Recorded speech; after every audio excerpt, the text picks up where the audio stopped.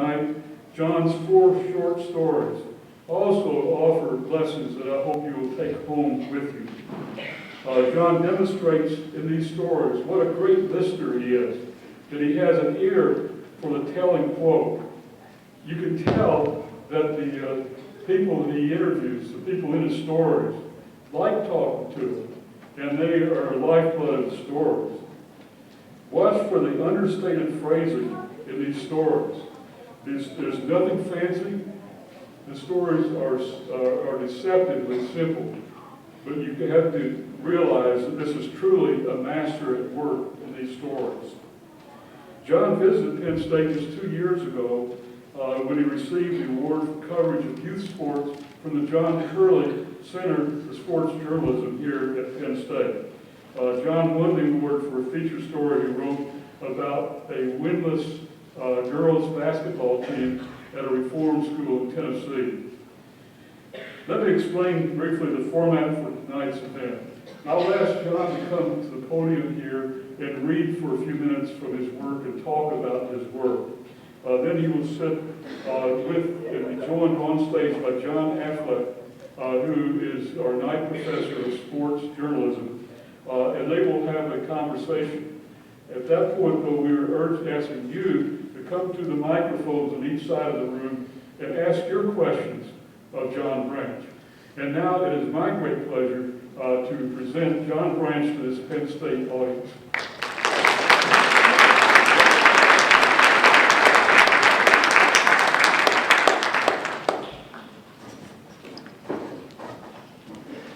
Wow, there are a lot of people out there. I've been on a book tour, and just a few nights ago in San Francisco, there were maybe 20 people, of whom I knew 16.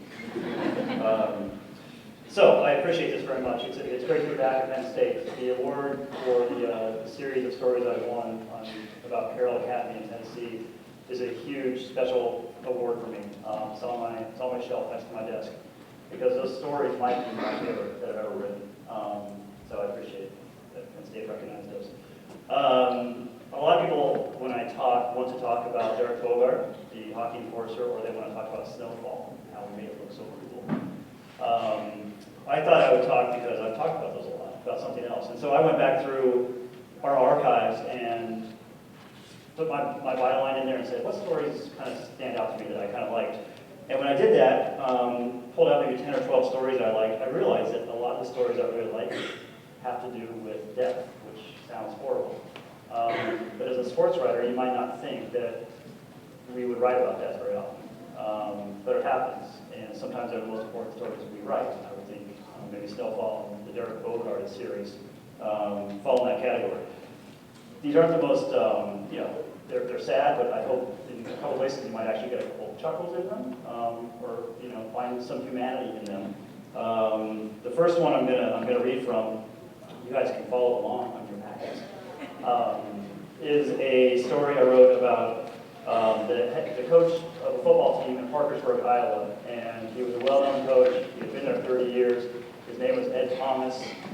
He actually had a few kids that went to the NFL. One of the best small towns in Iowa for years and years. And a few years ago, a tornado wiped out about a third of the town, including his home and including the high school. And Ed Thomas set out, it was about 2.5 months, I think, to basically rebuild the stadium where the football team played, and said, if nothing else, we're going to play football here come September. And so I went and wrote about him then, and then when the football team did play, I went back and wrote about him again. And then the next June, I got a phone call from somebody who said, Ed Thomas was killed this morning by a former player of his, who walked into the wrestling room, into the workout room at the high school, where kids were working out in the off season, and he opened fire and killed Ed Thomas. This is just a lead to that story, and I apologize for putting my head down and just reading. It's not the best presentation, so hopefully my hair is combed on top of my head. Parkersburg, Iowa. The body of the football coach lies under a rectangular patch of dirt, slowly being covered by creeping clover and crabgrass. But there's no doubt among people here that his soul is somewhere higher above. A tombstone for Ed Thomas should be in place this fall. The body of the former football player is in a county jail, but there's is no doubt among people here that his is a soul lost. An insanity defense for 24-year-old Mark Becker is expected when his murder trial starts next month. For more than 30 years, the Thomas and Becker families were bonded by school, church, and the communal raising of boys in this small town about 100 miles northeast of Des Moines. Then their worlds collided in a fury of gun blasts, and Parkersburg, a town of 1,900 people and no stoplights, was left to piece itself together again. It was Mr. Thomas who emerged from the basement on May 25, 2008 to find his house, along with 220 others, blown away by the biggest tornado to scrub Iowa in decades. He walked 2 blocks to the demolished high school, where he had taught and coached for more than 3 decades, and vowed to patch Ed Thomas Field and the football program together in time for the season opener. Mr. Thomas pointed Parkersburg toward normal, and it followed. It was Jan Thomas, his wife, who was the first volunteer paramedic to arrive at the high school's temporary weight room early on June 24th. The police chief stopped her at the door. "It's Ed," he said. Mrs. Thomas had arrived in time to say goodbye. That night, she called Joan and Dave Becker, and a small-town murder, as unexpected and unexplained as any other, had its most important answer. A violent death cannot shatter a town if it does not divide friends. The next story, and I understand some of the students from the student paper here did a story much like this in the last year or two, which is kind of cool. It's about Jim Thorpe. And you will notice, of course, I didn't realize this when I picked these stories, that I seem to like going to cemeteries. I seem to like describing cemeteries. And I seem to like noting how many stoplights are in the town. My vow from this day forward is to stop doing that so often. The northeast corner of Garden Grove Cemetery is a crowded one, but Jack Thorpe, the 73-year-old son of Jim Thorpe, sees room for at least one more. "More than likely, Dad will end up right here," Thorpe said. He pointed to a plot-sized patch between a short chain-link fence and unmarked rectangles of crumbling red brick. A step away was an undated stone the size of a shoebox lid reading simply, "Son." Jack Thorpe, the man suing Jim Thorpe, Pennsylvania, for his father's remains, stepped out of the oppressive midday sun and into the shade of a scraggly oak. He took a drag from a cigarette. Beads of sweat slid down his cheeks. Birds chattered somewhere in the bushes. Jim Thorpe's father and a sister and a brother and more than a dozen other relatives are buried here, beneath the baking, sandy soil and thin grass. There's no town nearby, just a crossroads without street signs. A mile down a dirt road, there was nothing more than a wagon. That was nothing more than a wagon trail when Jim Thorpe was a boy. A granite marker stands as tall and sturdy as the man it honors. "Birth site of Jim Thorpe," it reads. Jack Thorpe pointed downhill toward a stand of trees. That is where the one-man log house stood. That is where a blacksmith, a Sapping Fox Indian named Hiram Thorpe, forged a family, including a boy who became the world's greatest athlete. The 1912 Olympic decathlon and pentathlon gold medalist, a Hall of Fame football player, a Major League Baseball player. Thorpe, whose veins also held Potawatomi blood from his mother's side, remains a hero to Americans, native and otherwise. A man whose life story is part of the curriculum at schools in Oklahoma and whose name adorns buildings, highways, and hospitals in what used to be Indian Territory. "I want to see him put away properly," Jack Thorpe said. "I want to put him where he wanted to be." Just so you know, those are just the first part of those stories. But there was a lot more. I didn't just leave you hanging like that. Those are just the leads. The third example, and hopefully we're going to, I hope to bring maybe at least a little bit of a smile to your face in what can be sad circumstances in these last two. And I'll read most of the full stories, but I'm going to skip. I'll tell you what I'm going to skip if you're following along.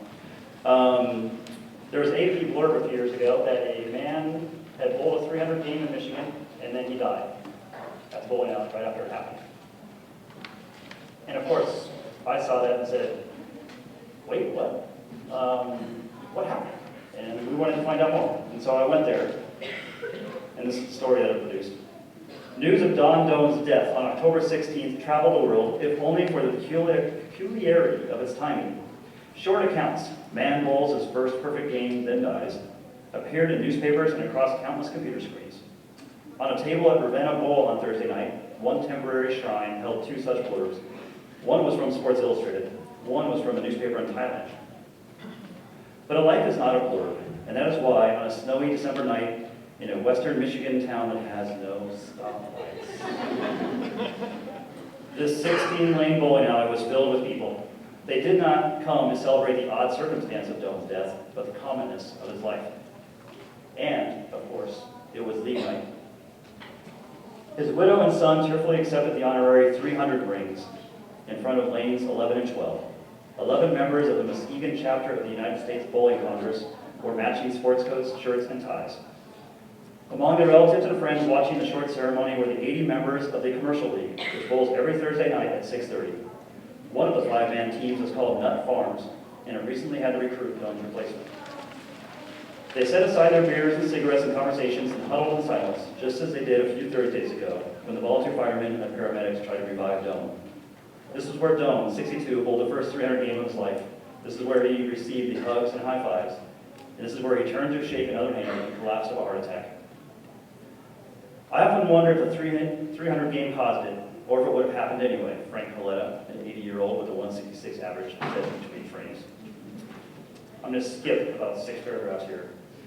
We talk about Linda. She met my husband, my companion, my sparring partner at Ravenna Bowl more than 40 years ago, when he was already a league regular and she worked the snack stand. He was 4 years older, just beginning a career as a welder and a machinist. They married in September 1969. She was just out of high school. Their son, Chad, is 36. Doan had a doo-wopper swoosh of hair, which went silver years ago, and a persistent golfer's tan.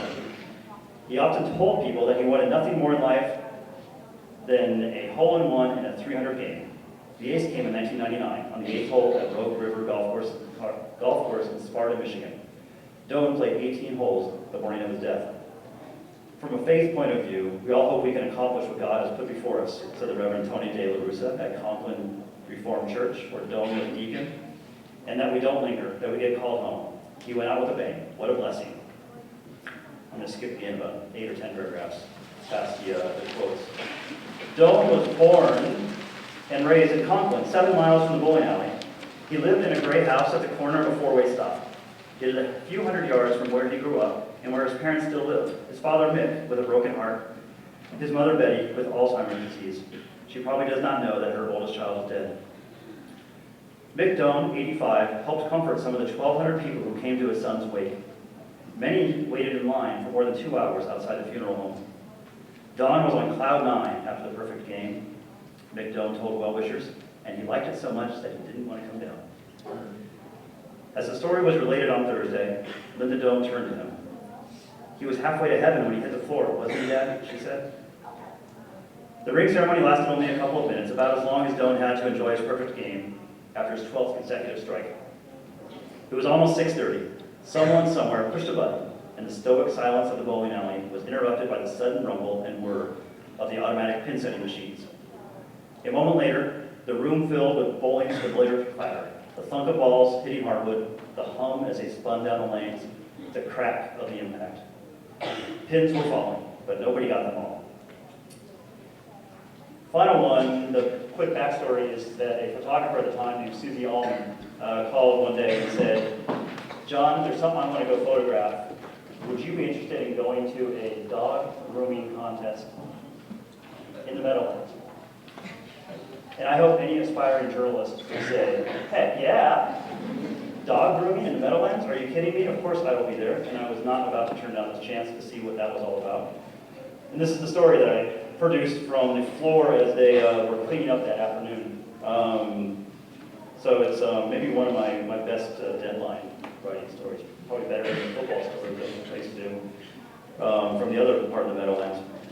Once they finished shaving the cats, the glamour event of the dog grooming show began.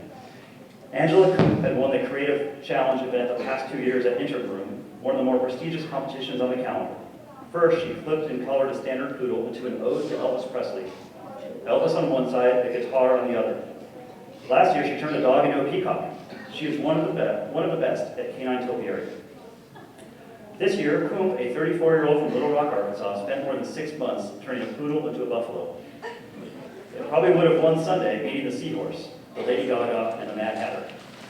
But Coop, who has become the groomer to beat a contest like this, changed her mind after her mother died February 24th.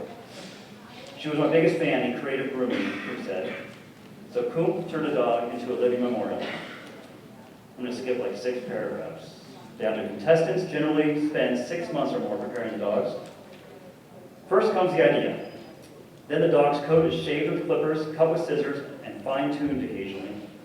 Colors are added in the weeks before the event. Up until competition day, dogs look like nature gone awry, as if they were groomed in the dark with blunt instruments and dipped into a box of melting Crayolas. Some people ask, was she born that way? Said Sammy Stanley, busy putting finishing touches on her standard poodle, the dog of choice for its thick, grooming-friendly fur and relatively large size.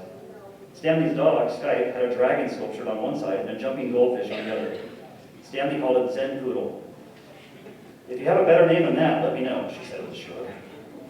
Diane Beadleack was the judge, a frequent winner of these increasingly popular contests. Beadleack said she looked for whether the clipping was concise and the color vibrant, and whether the design was original, among other things. Some ideas have been used over and over, like a carousel horse, she said. So if you bring me a carousel horse, it better be spectacular. She awarded 3rd place to the Mad Hatter, accompanied by 3 people fully decked in other Alice in Wonderland costumes. The dog wore a fur coat colored brown, had the March hare on its left rear leg and teacups on its right. Bryn Haynes of Whitehall, Pennsylvania, the groomer and the Red Queen, said she spent 25 hours creating it. 2nd place went to a dog that, when it stood on its hind legs, was meant to look like a poodle-sized seahorse. It stood before a see-through vinyl shower curtain, which hid a man holding a plastic toy that made bubbles to drift through the sea.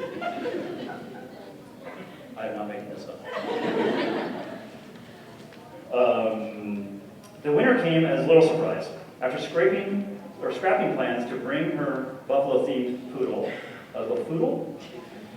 If there's one line I regret this, it's that one. Coop started from scratch a week ago with a friend standard poodle that had not been clipped in nearly a year. A woman's body was sculptured into one side of the dog, head turned away and hair tied in a bun. It's a grieving angel for my mom, Coop said. Her mother, Linda Speed, was 66. Coop was dressed in white and wore white wings.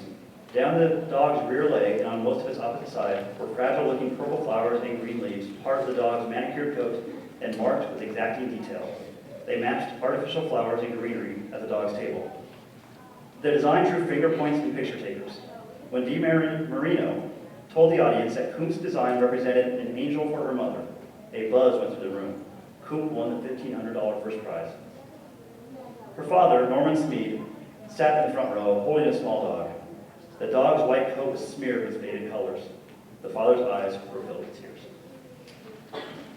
And with that, I believe we'll talk to questions and answers. Thank you.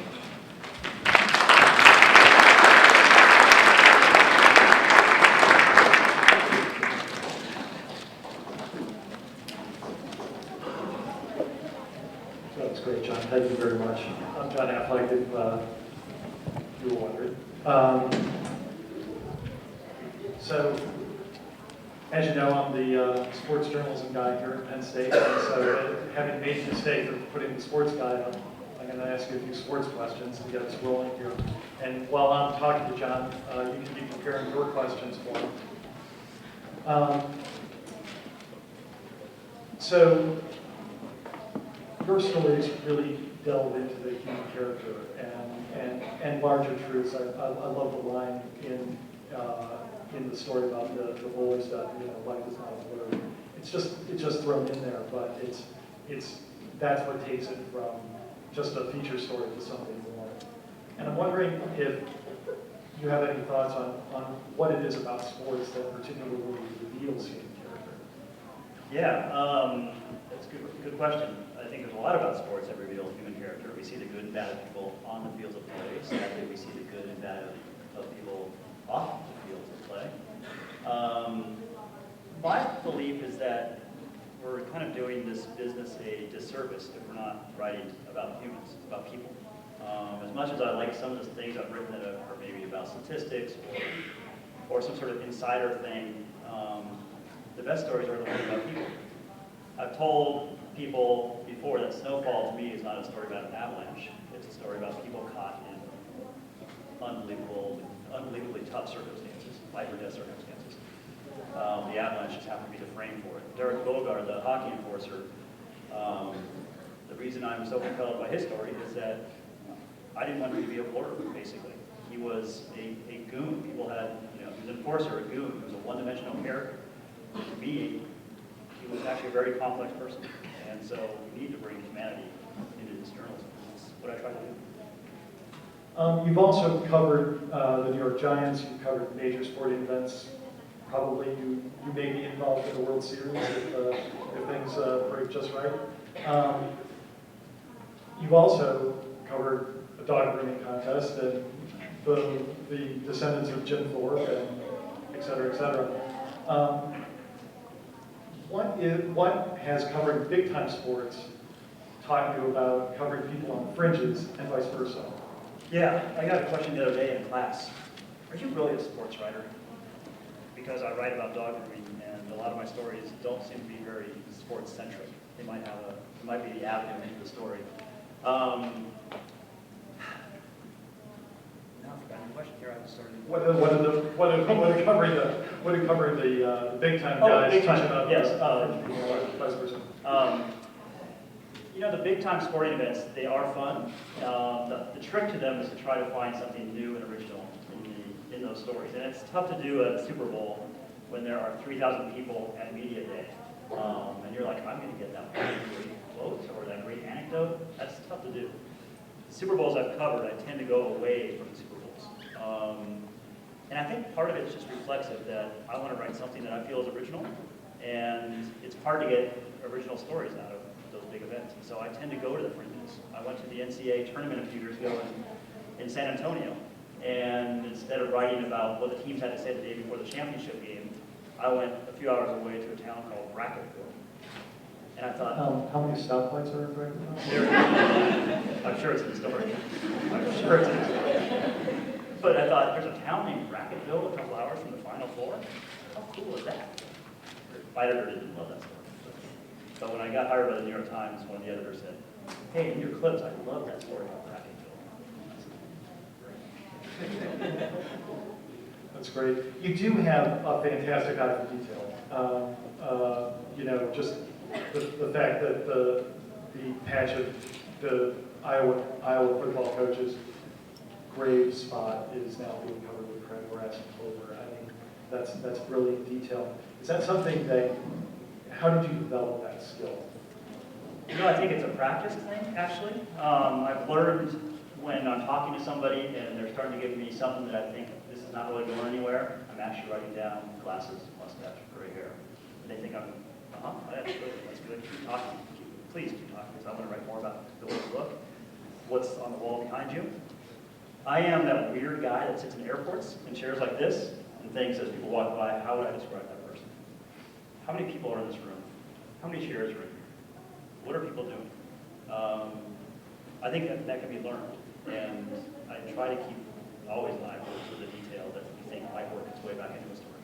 It's a little bit of a standard question, but riffing off that, do you have other tips for aspiring writers of any age? But obviously we're in a room full of young writers that started their career.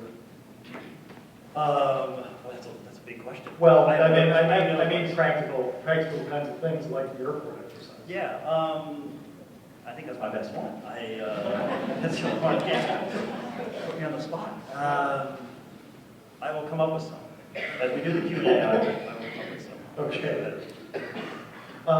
So I wanted to avoid asking you how you made Snowfall so cool. But I do want to talk a little bit about, obviously that the Bogart piece has an extensive documentary that goes with it. Snowfall has all those bells and whistles and everything. And to what extent were you working with multimedia journalists? How do you collaborate with them? Can you describe that relationship a little bit? Yeah, great question. The Derek Bogart series came out a year before the Snowfall, and you look at them and see how our mindset changed about the way we present multimedia. In both those cases, I was off running with reporting long before we got anybody else involved, for the most part. Maybe a photographer.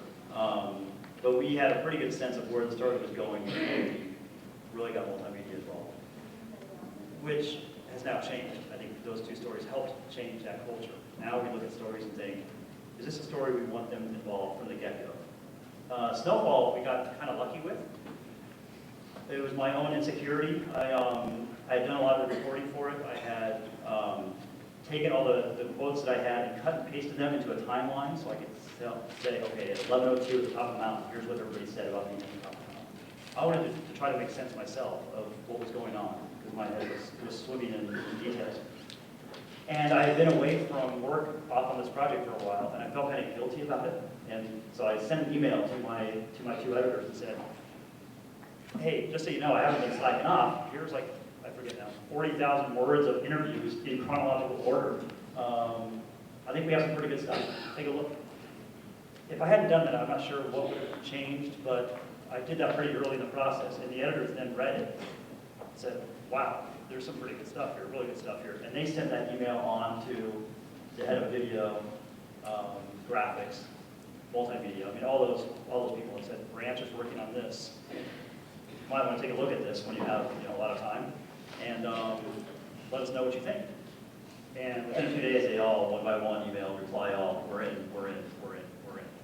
And that got the ball rolling with, let's wrap this long story, as it turned out, into this beautiful, beautiful multimedia piece that I can take credit for the words, and I can take credit for maybe some of the reporting, all the reporting, the story, and some of the reporting for the multimedia. I have no idea how they made that magic. So if you ask me, about different technical pieces of it, I can just tell you, I looked over their shoulder and went, woo-hoo-hoo! That was great. Yeah, that was my I'm going to ask you one more question, but we have microphones set up here and here if students want to come up or and get us rolling on that front, and we'll go from there. When you've got a multimedia journalist in the room, you did some of the Bogart interviews with videographers, yes? In both those cases, we did sit-down interviews with a lot of people that were involved, usually after I'd already interviewed them, and we said, let's go back. How does that change the dynamic, rolling back to something? Yeah, and I guess not all of them were second interviews, but a lot of them were. It certainly changes the dynamic. As a newspaper person, used to using a notepad, I usually try to get people in their comfort zones. I usually politely ask if I can come to their house. That's a tip. Go to their house. And you want to sit at their kitchen table. You want them to be where they're most comfortable. And you want to talk as if you're having a conversation over coffee, which is what we try to do. Even the notepad sometimes you feel like is a little invasive. And then you turn around and say, hey, we'd love to do that again. Thanks for all the great information. Thanks for your time. Thanks for, the heart-rendering detail that you provided. I call a week later and say, can we do it all again but on camera? That's a tough thing to put people through. And so you go back and then you have two other people with you. They're setting up lights in the living room. They don't like where that is. So can we go to your study? Can we check this out? But can you turn off the refrigerator if it's making too much noise? All those things that I'm like, really? It's making too much noise? Do you mind if we turn the air conditioner off? It might get a little warm. That's all they want to hear. It's going to get hotter. And then I sit like this, much closer than you and I are, and ask the same questions, or a lot of the same questions. That's tough, and I think it's awkward for the people that are there. It's a little bit awkward for me because I can't interrupt the way I might interrupt during some difficult portions of the interview. But I hope that, and for the most part, you hope that you're going to elicit, genuine responses. And I'm proud to say in those two cases, those two stories, with the videos that you've seen, I think they're very genuine. It's a heartfelt emotion. That's great. I'm going to open it up now and ask our students to come forward and ask you a few questions.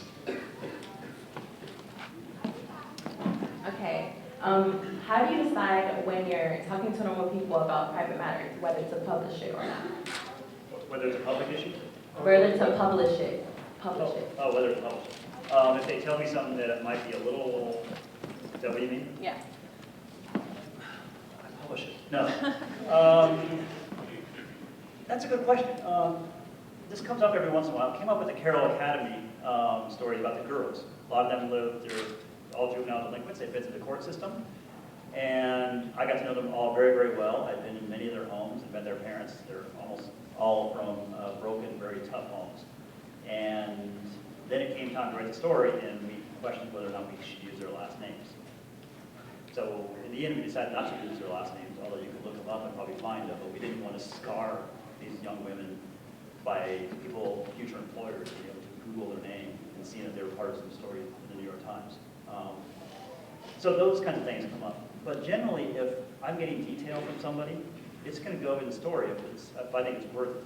I can't honestly think of something where I thought we're going to hold back that detail. That's just too much.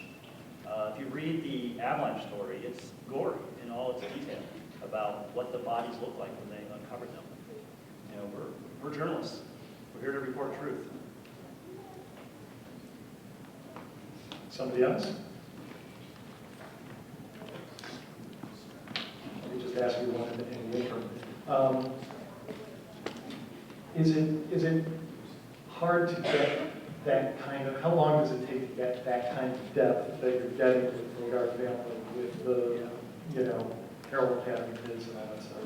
Yeah, I've had the luxury of time, obviously, in these. I realize it's maybe uncommon in this day and age, but for the most part, I've been able to build a relationship. You know, when I sat down with Bogarts, for the first time, over coffee, Glenn Bogart and one of the sons, who was the one who was with Derek the night he died, found him the next day. We had coffee for like 2 hours and just sort of talked, just got to know each other. And I didn't know at that time whether they would cooperate, if they wanted any part of this. But I told them we had planned to write a story about Derek and find out as much as we could about his life and what happened. You have to build trust. And I think, you know, here comes tip number 3. At least in my case, I find that you just be honest with them from the get-go. One of the first things I told Len Bogart that night, and it's the same thing I told the Avalanche survivors, was I don't know where the story's going. I don't know how big a story it's going to be. I don't know where it's going to turn. I don't know that you're going to like it at the end. You may wish that you never talked to me. But we want to tell as full and accurate and fair a story as we can. We think it would be great if we had help doing that. You can add to that. But no pretense. Yeah, no pretense. We're writing this for you. We're going to paint your son in a good light. If I would have found out stuff that made Derek look horrible, it was going in. And there's a trust thing there, but I was not going to pull any punches and pretend like I was on my way to doing something that I wasn't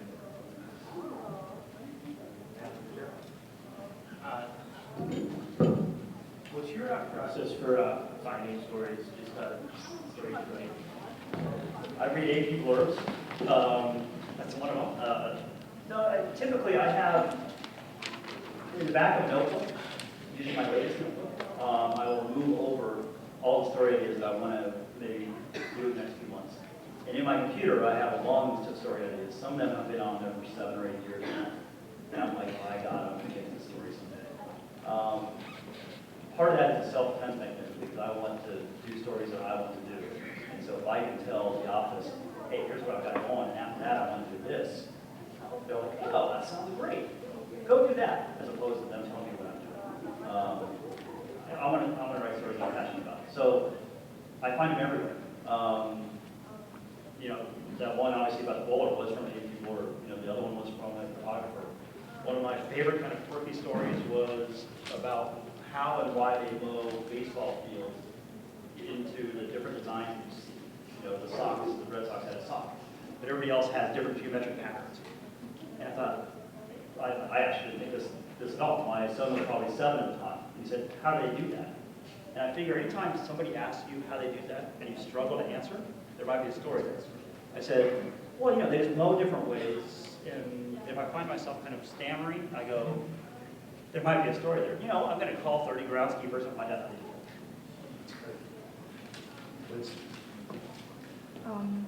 What inspired you to be a journalist?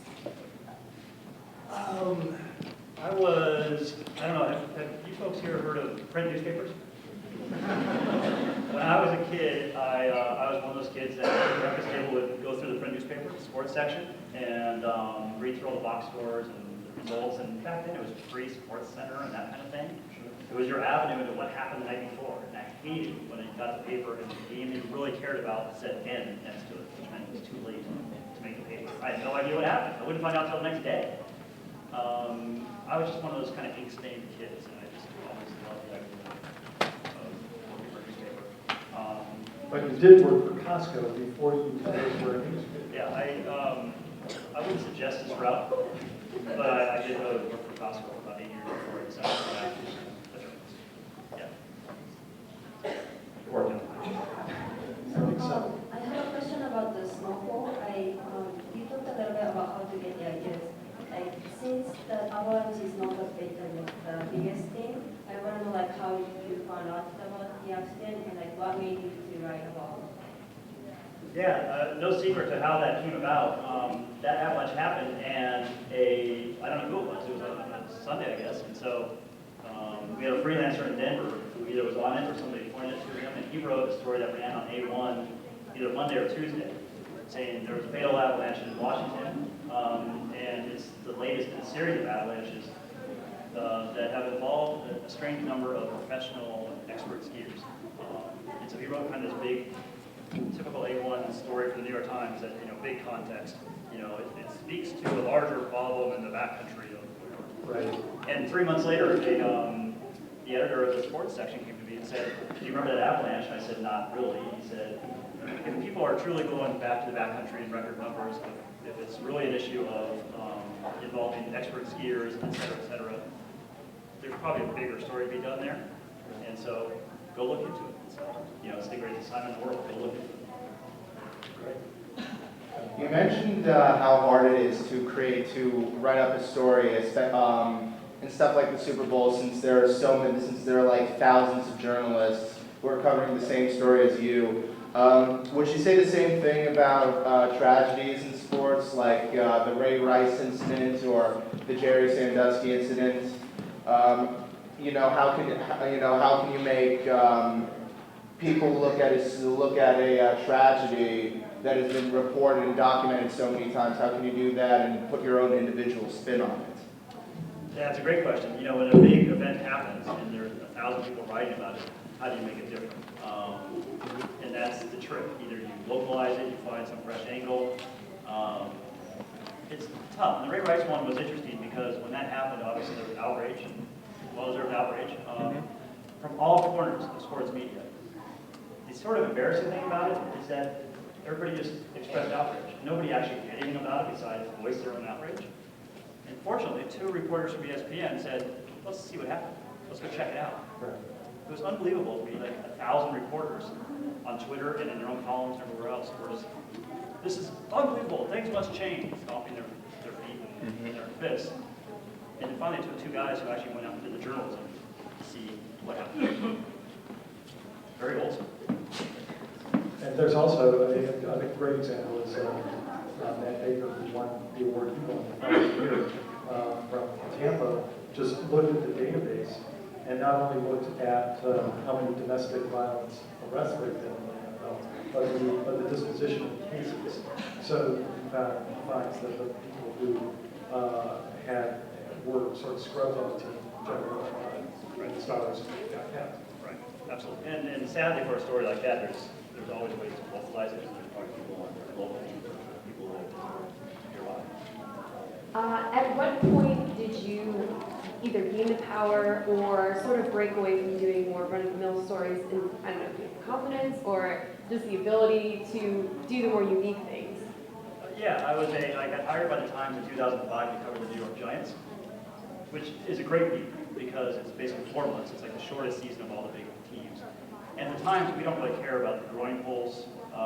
We don't care about the off-season stuff, the rumors. And so it basically gave me 8 months to be a feature writer. And even football is a great feature week because you're basically trying to fill 6 days and then a game. And so I think after 3 years of that, they said, "Okay, you've done your time, features from here on out." And so I just became a feature writer. And for a long time, I wrote sort of offbeat things. I mean, people would say, "Here's kind of a quirky idea, give it a branch." And that was kind of my thing. I've written about a lot of sort of oddball things and people. Dog grooming might be an example. And then after the Bogart thing came along, and then Avalanche, people were like, "Now you're the serious one who's going to look into in a long-form way somebody who died." Yesterday, I was at some place, I was at a book signing, and I saw an old friend who said, "I hope you don't take this the wrong way, but maybe my favorite story you wrote was the one about how they get all the porta potties to the start of the New York City Marathon. 3,000. Now it was one. porta stories. So I kind of want to go back and write a few porta potty stories. What is the answer? It's amazing.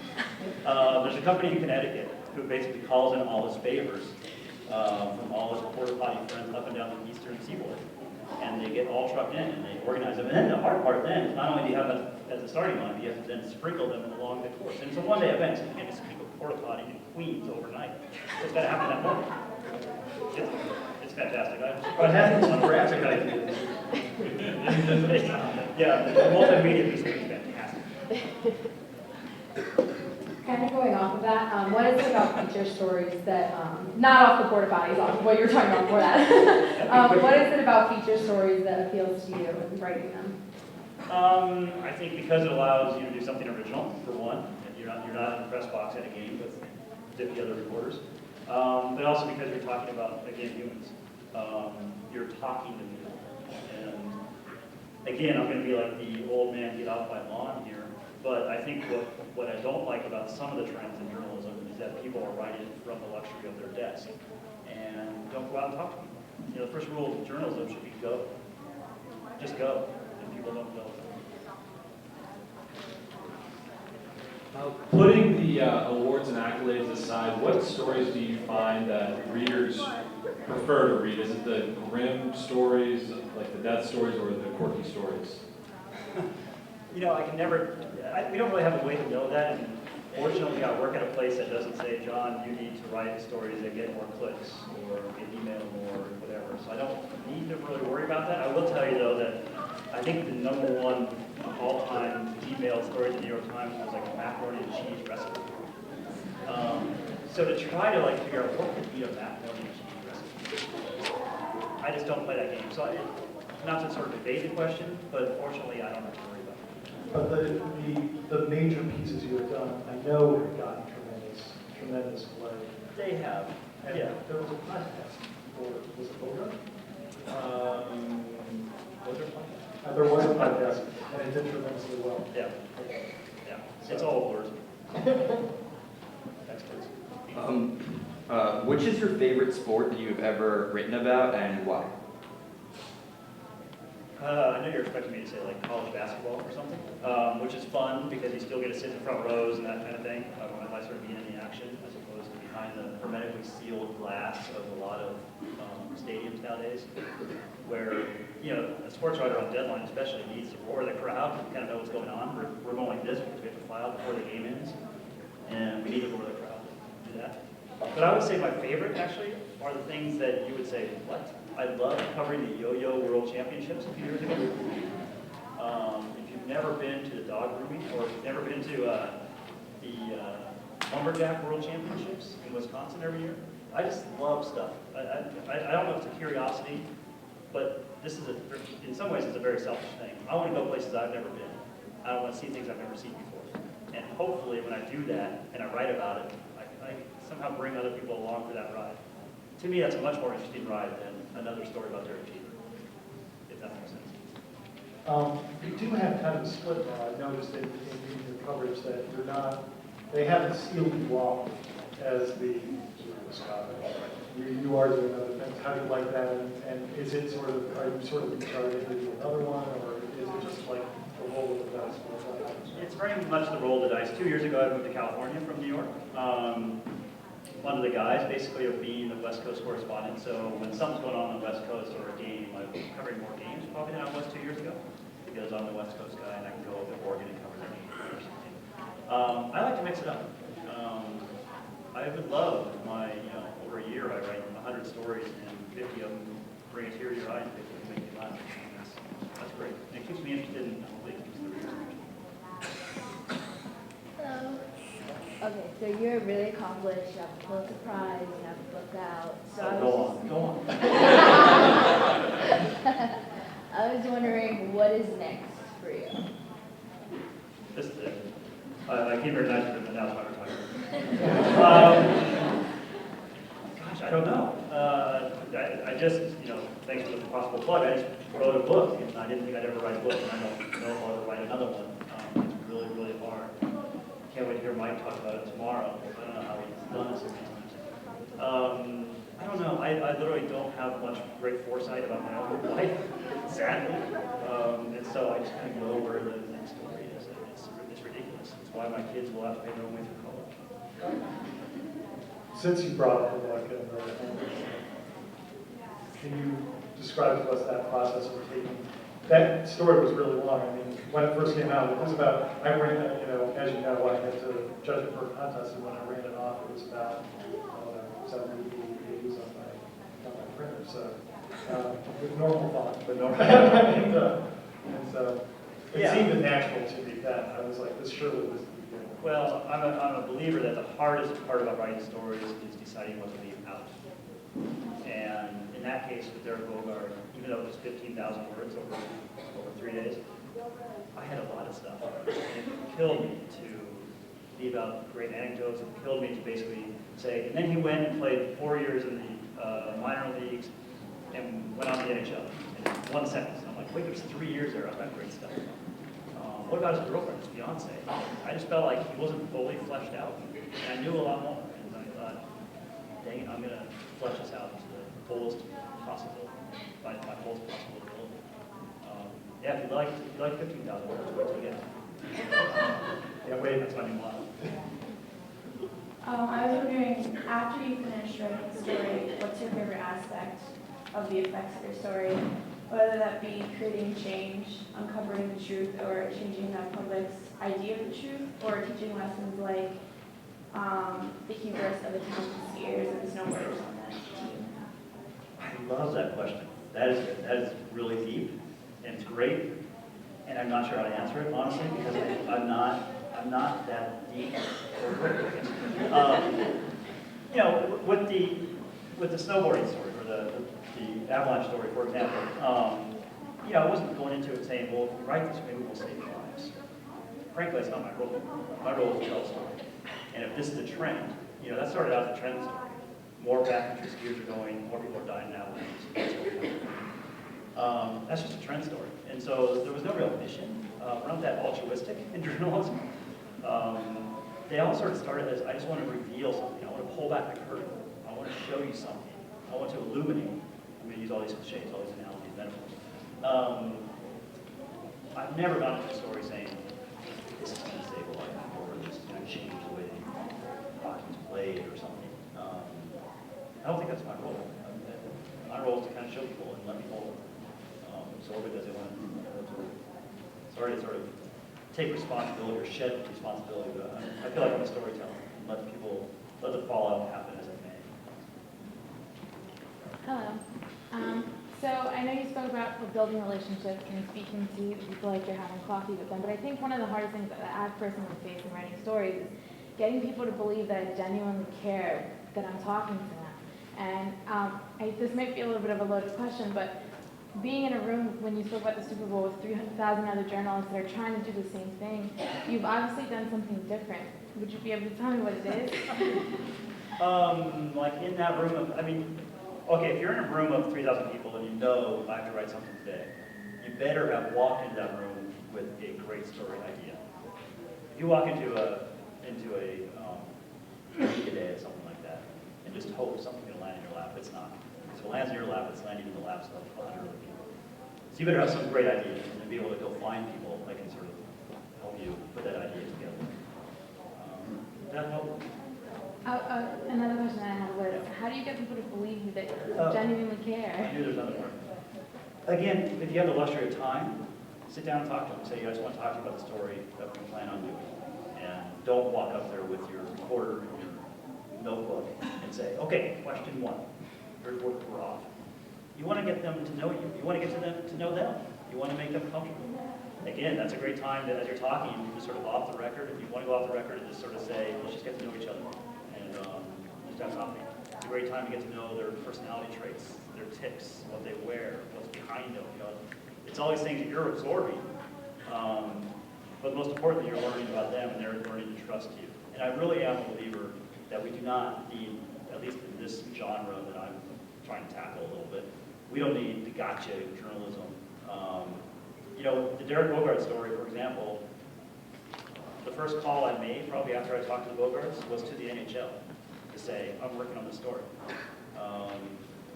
It may be months in the making. I'll keep you abreast of what's going on. I'm sure I'll come back with lots of questions. But I want to invite you guys to inform me what you guys are working on. Tell me about concussions, tell me about doctors, etc. They knew 6 months that's where it was coming. And it took 5 months, about 29 days before they agreed to talk about it. But a little offensive. And then he was a little offensive. But the point being, I'm not trying to be sneaky. I want people to trust me. And that trust is not false trust. It's you're being honest. Be honest with me. Some people might hate you, but hopefully eventually they'll at least respect you and trust you. And the nice thing about some of the stories that we're talking about is that they also knew that I was taking my time. It's a little different when you walk up and say, I need to do this work tomorrow. Can't talk to you right now. I had time. And when they said it, or they saw that, I kept calling them back. Or I was emailing again. They're like, wow, this guy's going to do this right. He's going to do it well, thoroughly. That pays dividends when you see that your sincerity is in it. Thank you. You mentioned how important it is to write stories about people. Before reading tonight, you prefaced the stories with saying how they all involve death in some way or another. So what do you think is so boring, fascinating about human life? Maybe even more so human death? Are you guys all philosophy majors? What is going on here? I don't know. You know, I guess as I get older, get off my lawn, as I get older, the results of the game don't matter to me, frankly. I don't ever go to a game and think, boy, I hope this team wins or loses, unless it has something to do with me and my ability to write the story I want to write. I don't care who wins and who loses. I lost that a long time ago. And the issues that matter to me are the ones that I think are more serious. Are those players down there, I don't care if they won or lost, but are they hurt? Did they get concussions? I don't care that he's a star running back. What about those rumors that he's treated his wife poorly? Those things matter. And I think maybe that's why I get the question to be a sports writer, because I'm not the hardcore fan that I think a lot of people would expect that I am. I've become hardened or older or wiser or something, but it just doesn't exist in that. So we're down to 5 minutes here. So what we're going to do is we're going to take a question from these two folks over here. Over there.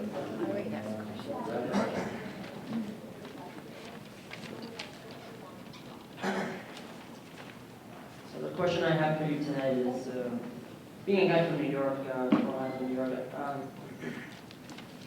and when you were alluding to before about the yo-yo championships that you covered and the lumberjack Wisconsin championships that you covered. Very serious issues as well.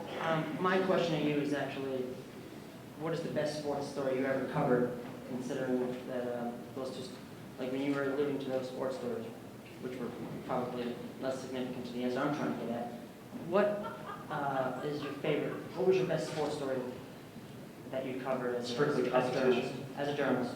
The best sports story you ever covered. Just give me a little description about it. Oh my gosh. I struggle with questions like the best. Well, not I don't remember what I did last week. the most memorable one that you could think of. Right. I'm going to cop out on this a little bit and say that. Whatever you got.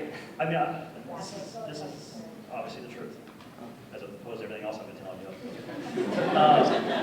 But my daughter's soccer game was one of the cool sporting events. Somebody asked me my favorite venue, and I'm like, it's the park. That's my favorite sporting venue. It's the park, the playground. And my favorite sports story, I think, that I've been involved in is the Carroll Academy girls, the girls basketball team. They lost 200 and something. What academy? Carroll Academy. Spell CARROLL.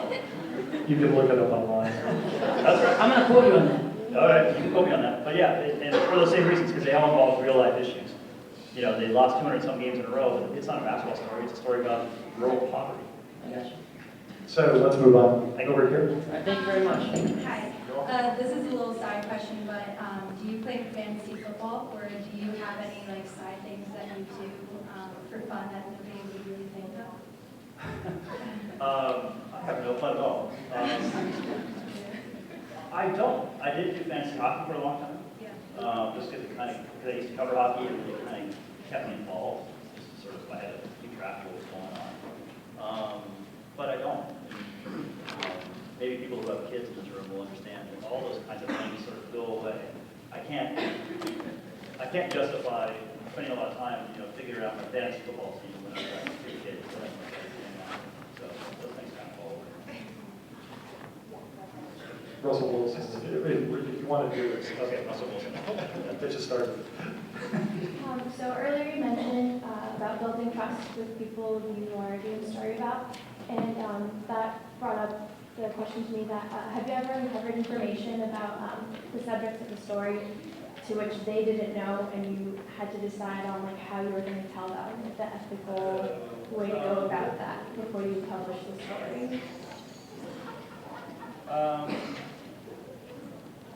Yeah, I'm sure, and I'm blanking on an example. And I think this is the last question, right? It's ridiculous, right? I know that there are a ton of examples, but I can't think of them. Well, so you don't have to think of a specific example. How would you handle a situation like that? And maybe one will come together as I talk about it. Again, they need to know what you're up to. They should know what you're up to. Unless you're going to wait and sort of throw it on them at the end, if that's your plan. But I would never like hold something back and be afraid to tell them. Because it's the story. It's going to be part of the story. They have to have a chance to answer. So I can't ever think. I would do otherwise. I'll give you one strange, this is kind of a strange example. If you saw Snowfall and if you watched Snowfall, as I'd say, I'm not sure my own mother's read Snowfall, but I'm sure she's seen it. There's a 911 call at the end of it. It really has nothing to do with the narrative other than it's a 911 call that was one of many. And it was a call actually between 911 and the ski patrol office. And it was the sheriff's department reporting that they had just gotten word from Tunnel Creek the names of the victims. And the names of the victims were people that people at the ski area knew very well. They were shocked. And so the 911 calls, if you go back and listen to it, will break your heart. Because she says the name and the woman in the ski patrol office gasps. Like, she thought it was just some random kid who was gasping. It turned out to be one of her best friends. And then she goes, oh my gosh, I'm so sorry, but here's the second name. And it hit her again for the second name. It's horrible. I wanted to use that in the story. I wanted to use that as multimedia.